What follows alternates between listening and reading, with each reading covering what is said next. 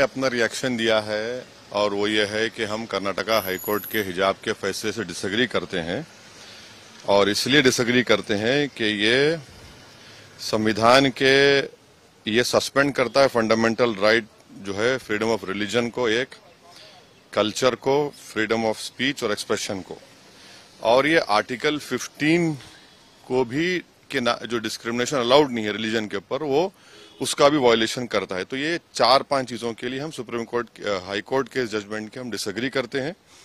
और तीसरी बात यह है कि एसेंशियल रिलीजियस प्रैक्टिस हिजाब नहीं है। आप कैसे डिसाइड करेंगे एसेंशियल है ही नहीं है? आखिर बात कहाँ खत्म होगी? मस्जिद की बात हुई तो आपने कहा मस्जिद एसेंशियल नहीं है, दाढ़ी की बात हुई आपने कहा दाढ़ी एसेंशियल नहीं है, अब आप बोल हिजाब नहीं है।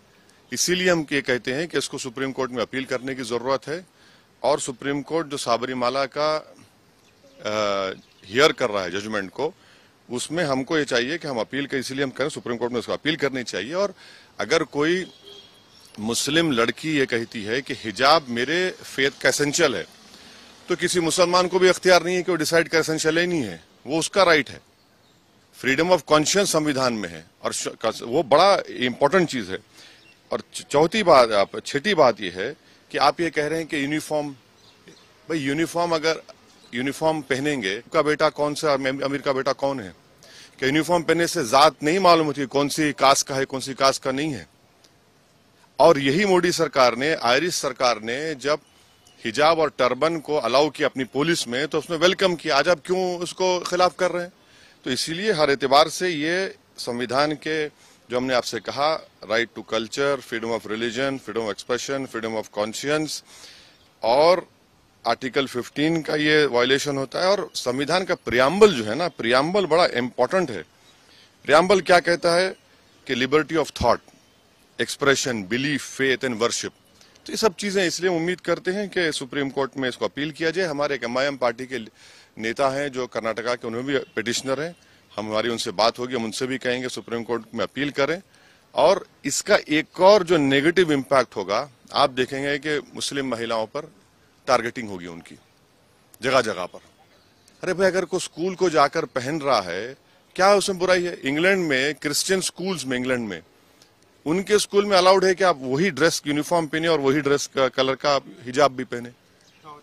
बने हुए नियम किस लिए होंगे? आप सिर्फ मुझे ही कह रहे हैं हिजाब मत पहनो? कौन से नियम? और अगर आप बोल रहे हैं कि यूनिफॉर्म पहनने से, हम यही तो कह रहे हैं, आप पहले तो आप आर्टिकल 15 का वायलेशन हो रहा है, जो डिस्क्रिमिनेशन नहीं कर सकती आप रिलीजन के नाम पर। और यूनिफॉर्म में पहनूंगा तो क्या जात नहीं मालूम होगी, कास्ट नहीं मालूम होगी, गरीब अमीर का बेटा या बेटी है नहीं मालूम होगा? और अगर यूनिफॉर्म है तो यूनिफॉर्म के लिहाज से हिजाब पहनेंगे, तो दूसरों का एसेंशियल प्रैक्टिस अलाउ करेंगे, मेरा एसेंशियल प्रैक्टिस अलाउ नहीं करेंगे। आप क्यों नहीं अलाउ करेंगे? मेरे लिए एसेंशियल है वो। और आप ये कह रहे हैं कि या तो तुम पढ़ो या तुम हिजाब छोड़ो। अरे भैया, कैसे होगा? संविधान में मुझे इजाजत है कि मैं फ्रीडम ऑफ कॉन्शियंस के तहत अपना हिजाब भी पहनूं और शिक्षा भी हासिल करूं, इससे देश मजबूत होगा। बकवास है, बकवास है, झूठ बोल रहे हैं। भारत में 3 स्टेट्स हैं, तेलंगाना, कर्नाटका और एक स्टेट है, जहां पर मुस्लिम बच्चियां हिंदू बेटियों के बराबर स्कूल में पढ़ रही हैं। क्या बकवास बात कर रहे हैं? उससे क्या हासिल होगा? मॉडर्निटी की निशानी यह है कि हिजाब ना पहने।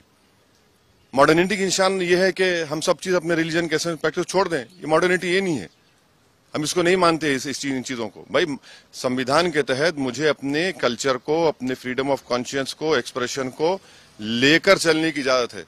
और वो लड़कियां तो पढ़ना चाह रही हैं। अच्छा, आखिरी बात, मेरे हिजाब पहनने से किस तकलीफ क्या हो रही है? भाई, मैं क्या रोड पे धरना दे रहा हूं, ट्रैफिक रोक रहा हूं? भाई, हिजाब सर पे हिजाब पहन रही है हमारी बेटी, उससे आपको हार्म क्या हो रहा है? इसीलिए हम ये उम्मीद करते हैं कि इसको सुप्रीम कोर्ट में अपील करनी चाहिए और सुप्रीम कोर्ट, एपेक्स कोर्ट है, वो तय करेगा। नहीं तो अपील होगी, सुप्रीम कोर्ट में जाएंगे, अपील होगी। संविधान, हम तो ये कह रहे हैं ना कि ये जजमेंट से हम डिसएग्री इसलिए करते हैं कि ये संविधान के फंडामेंटल राइट्स को सस्पेंड करता है। जब संविधान के फंडामेंटल राइट सस्पेंड कर रहा है तो उसको बहाल करने की जरूरत